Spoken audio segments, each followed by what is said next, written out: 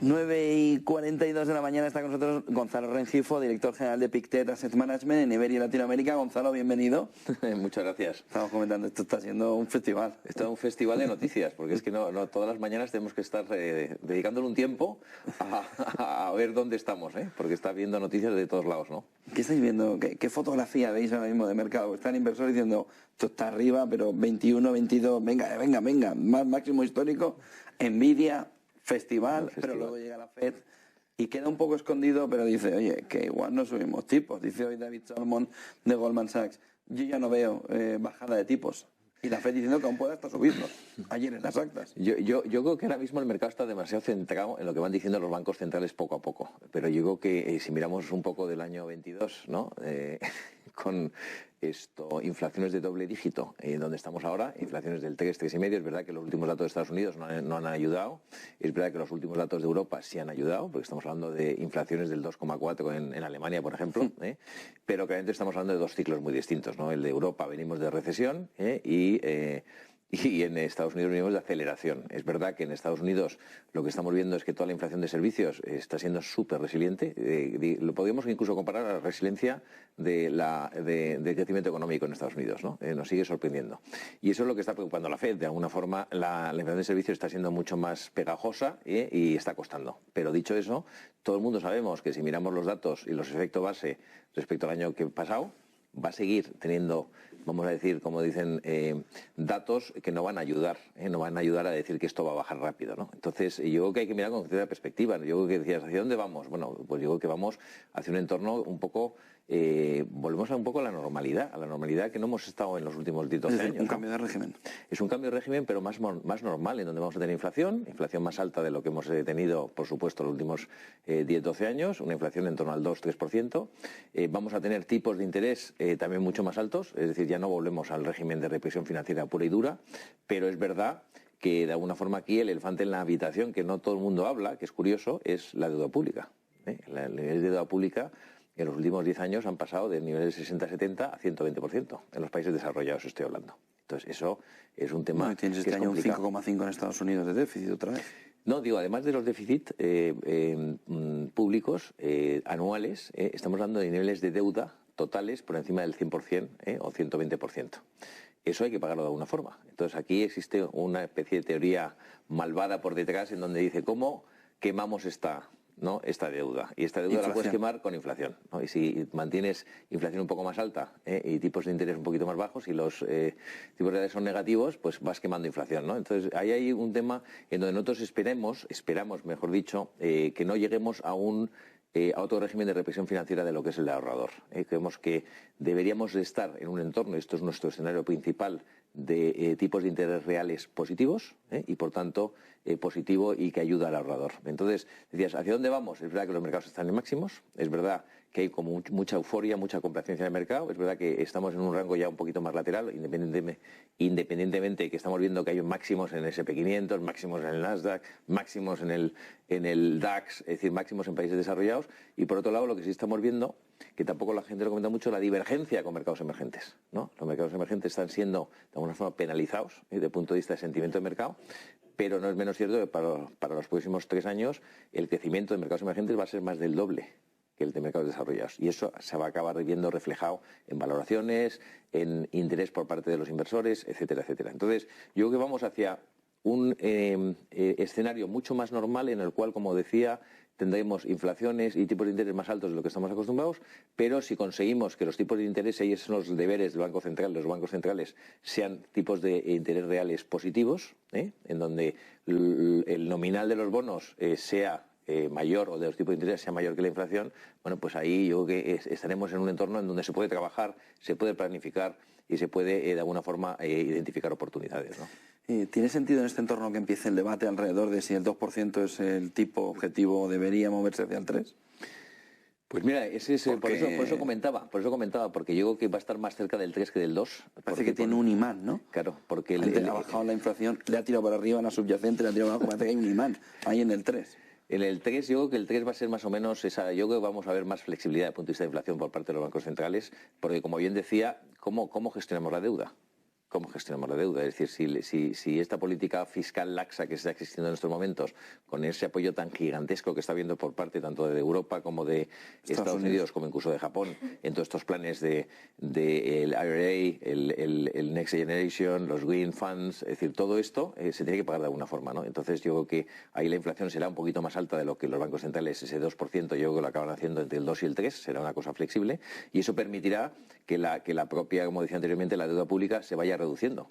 Hemos visto que la inflación ha conseguido que la deuda pública haya bajado de niveles insostenibles a niveles menos sostenibles, pero mucho más razonables. Hemos visto casi que caídas de 10, 15 puntos sobre PIB a nivel de deuda, gracias a la inflación, de lo que hemos vivido de inflación, ¿no? Entonces los gobiernos que no son tontos... el ciudadano.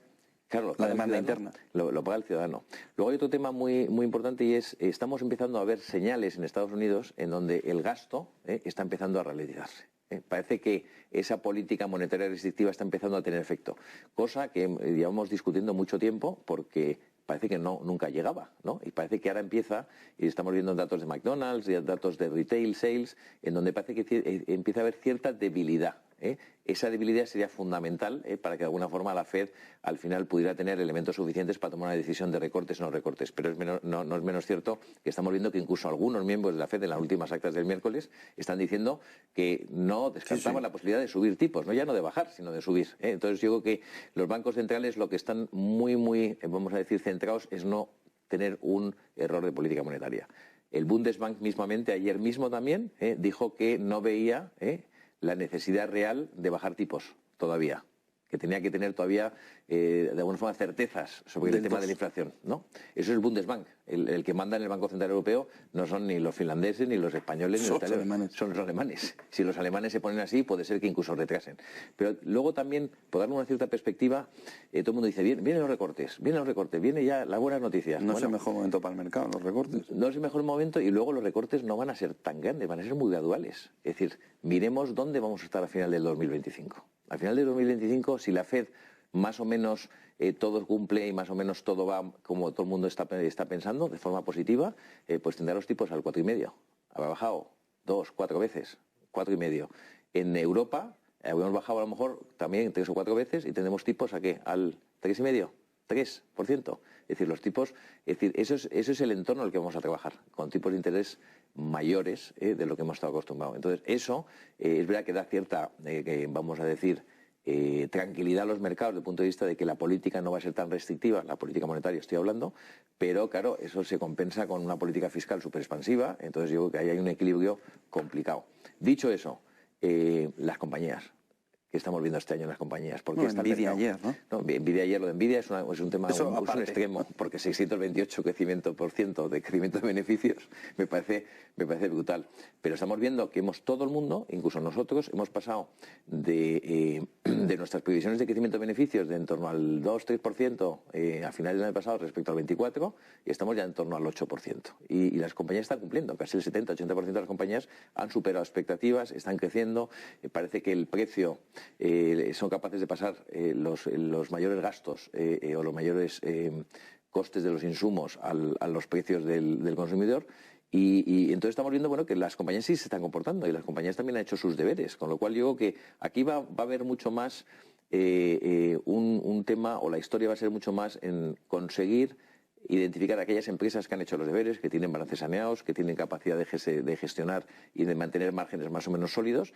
Y entonces yo creo que las empresas son las que van a un poco llevar la voz cantante. Los gobiernos y los bancos centrales van a estar un poco más detrás, digo el año 25, y creemos que eso sí que es positivo, Pero, claro, estamos hablando de aguas un poco turbulentas, porque no hemos hablado de geopolítica, no hemos hablado de muchos elementos. Ni de políticas secas, ¿no? Políticas sectas, exactamente. Entonces estamos viendo que hay muchísimos elementos que de alguna forma distorsionan la imagen de vez en cuando, ¿no? Estamos viendo incluso vosotros en el día a día de vuestras noticias, ¿no? Os levantáis por la mañana y, como digo yo, las rayas en el televisor, porque es que hay muchas cosas que poner en orden, ¿no?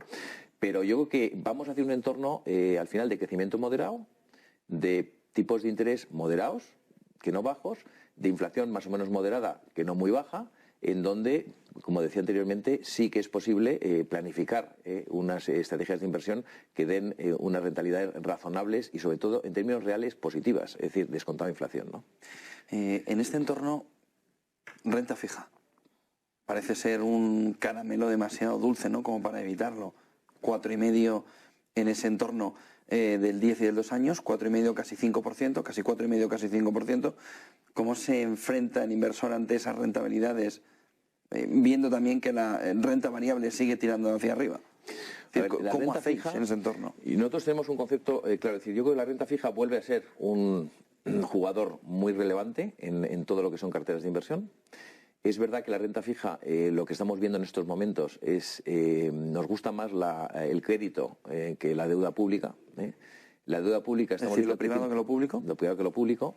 Lo público estamos viendo que tiene unos niveles de volatilidad el doble. Es decir, los registros de volatilidad de la deuda pública en los últimos 12 meses estamos hablando de casi un 8 o 9%. Los registros de volatilidad de crédito corporativo de alta calidad estamos hablando que no llega al 5%.